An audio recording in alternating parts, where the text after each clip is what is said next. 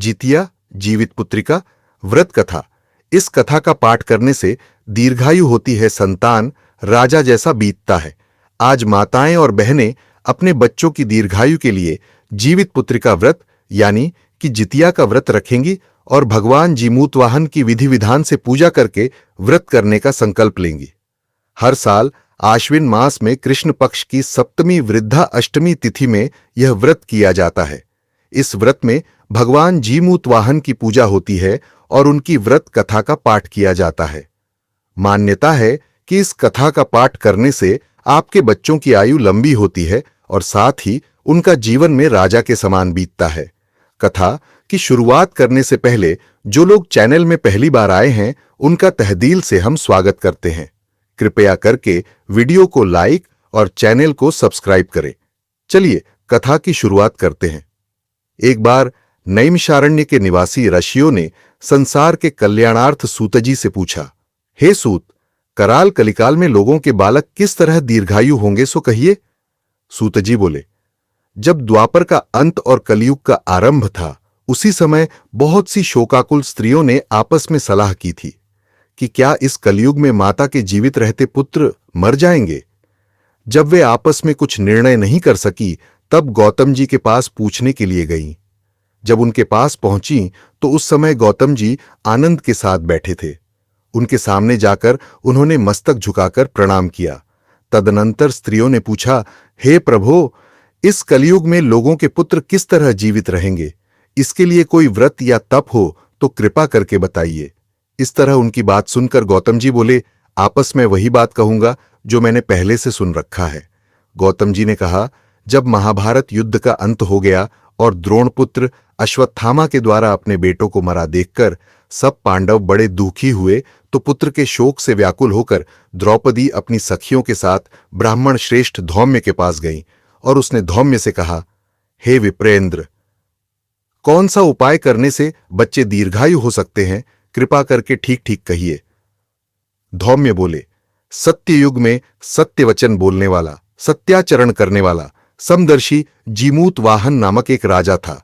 एक बार वह अपनी स्त्री के साथ अपनी ससुराल गया और वहीं रहने लगा। एक दिन आधी रात के समय पुत्र के शोक से व्याकुल कोई स्त्री रोने लगी, क्योंकि वह अपने बेटे के दर्शन से निराश हो चुकी थी। उसका पुत्र मर चुका था। वह रोती हुई कहती थी, हाय, मुंह बूढ़ी माता के सामने मेरा बेटा मरा जा रहा है। उसका रुदन सुनकर राजा जीमूतवाहन का तो मानो हृदय, वह तत्काल उस स्त्री के पास गया और उससे पूछा, तुम्हारा बेटा कैसे मरा है? बूढ़ी माता ने कहा, गरुड़ प्रतिदिन आकर गांव के लड़कों को खा जाता है। इस पर दयालु राजा ने कहा, माता, अब तुम रो मत, आनंद से बैठो, मैं तुम्हारे बच्चे को बचाने का यत्न करता हूं। ऐसा कहकर राजा उस स्थान पर गया जहां गरुड़ आकर प्रतिदिन मांस खाया करता था। उसी समय गरुड़ भी उस पर टूट पड़ा और मांस खाने लगा। जब अतिशय तेजस्वी गरुड़ ने राजा का बायां अंग खा लिया, तो झटपट राजा ने अपना दाहिना अंग फिरकर गरुड़ के सामने कर दिया। यह देखकर गरुड़ जी ने कहा, तुम कोई देवता हो? कौन हो? तुम मनुष्य तो नहीं जान पड़ते। अच्छा, अपना जन्म और कुल बताओ। पीड़ा से व्याकुल मन वाले राजा ने कहा, हे पक्षीराज, इस तरह के प्रश्न करना व्यर्थ है। तुम अपनी इच्छा भर मेरा मांस खाओ। यह सुनकर गरुड़ रुक गए और बड़े आदर से राजा के जन्म और कुल की बात पूछने लगे। राजा ने कहा, मेरी माता का नाम है शैव्या और मेरे पिता का नाम शालिवाहन है। सूर्यवंश में मेरा जन्म हुआ है और जीमूतवाहन मेरा नाम है। राजा की दयालुता देखकर गरुड़ ने कहा, हे महाभागा, तुम्हारे मन में जो अभिलाषा हो वह वर मांगो। राजा ने कहा, हे पक्षीराज, यदि आप मुझे वर दे रहे हैं तो वर दीजिए कि आपने अब तक जिन प्राणियों को खाया है वे सब जीवित हो जाएं। हे स्वामिन, अब से आप यहां बालकों को न खाएं और कोई ऐसा उपाय करें कि जहां जो उत्पन्न हो वे लोग बहुत दिनों तक जीवित रहें। धौम्य ने कहा कि पक्षीराज, गरुड़ राजा को वरदान देकर स्वयं अमृत के लिए नागलोक चले। वहां से अमृत लाकर उन्होंने उन मरे मनुष्यों की हड्डियों पर बरसाया। ऐसा करने से सब लोग जीवित हो गए जिनको कि पहले गरुड़ ने खाया था। राजा के त्याग और गरुड़ की कृपा से वहां वालों का बहुत कष्ट दूर हो गया। उस समय राजा के शरीर की शोभा दूनी हो गई थी। राजा की दयालुता देखकर गरुड़ ने फिर कहा, मैं संसार के कल्याणार्थ एक और वरदान दूंगा।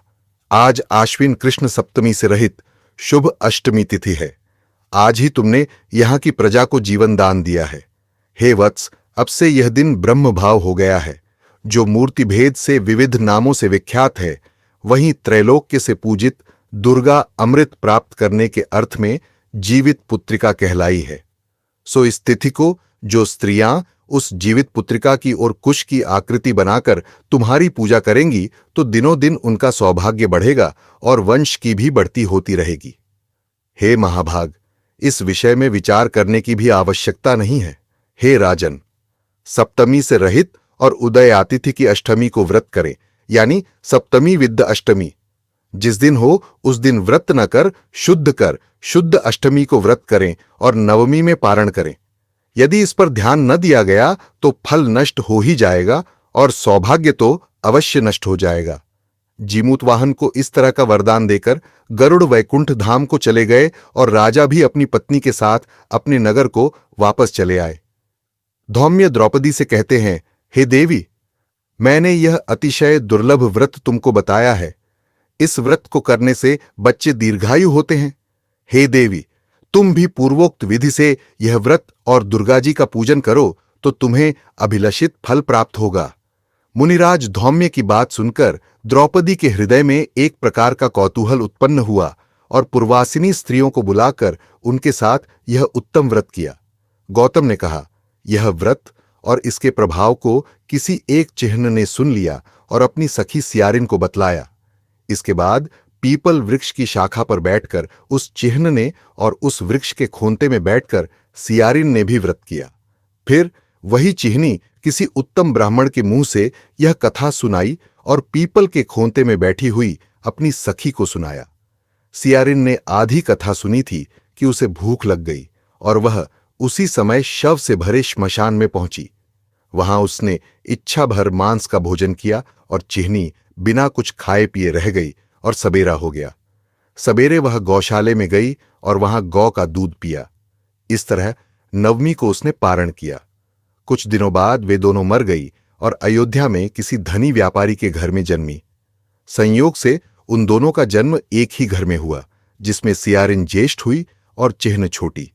वे दोनों सभी शुभ लक्षणों से युक्त थीं, इसीलिए बड़ी लड़की काशीराज के और छोटी उसके मंत्री के साथ गाढ़पत्य अग्नि के सामने विधिपूर्वक ब्याही गई। पूर्व जन्म के कर्मफल से वह मृगनयनी रानी हुई।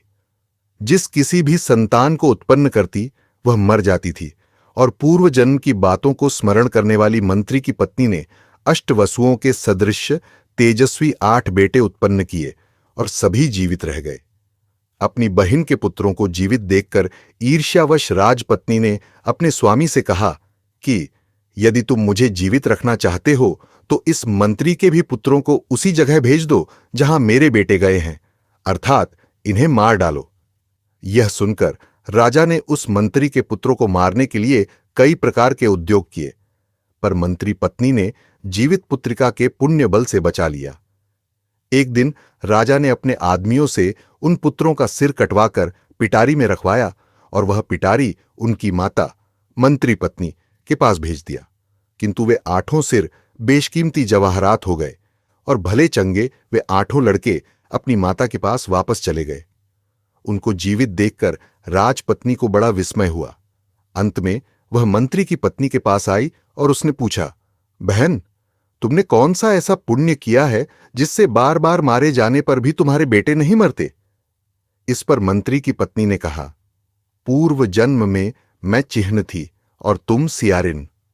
हमने और तुमने साथ साथ जीवित पुत्रिका का व्रत किया था। तुमने व्रत के नियमों का भली भांति पालन नहीं किया था और मैंने किया था। इसी दोष से हे बहन, तुम्हारे बेटे नहीं जीते।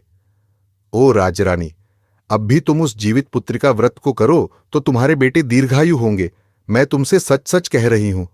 उसके कथनानुसार रानी ने व्रत किया, तभी से उसके कई बेटे सुंदर और दीर्घायु होकर बड़े बड़े राजा हुए। सूतजी कहते हैं कि सब प्रकार का आनंद देने वाला मैंने यह दिव्य व्रत बतलाया। स्त्रियां चिरंजीवी संतान चाहती हों तो विधि पूर्वक ये व्रत करे। तो दोस्तों, आशा करते कि वीडियो आपको पसंद आई होगी। धन्यवाद।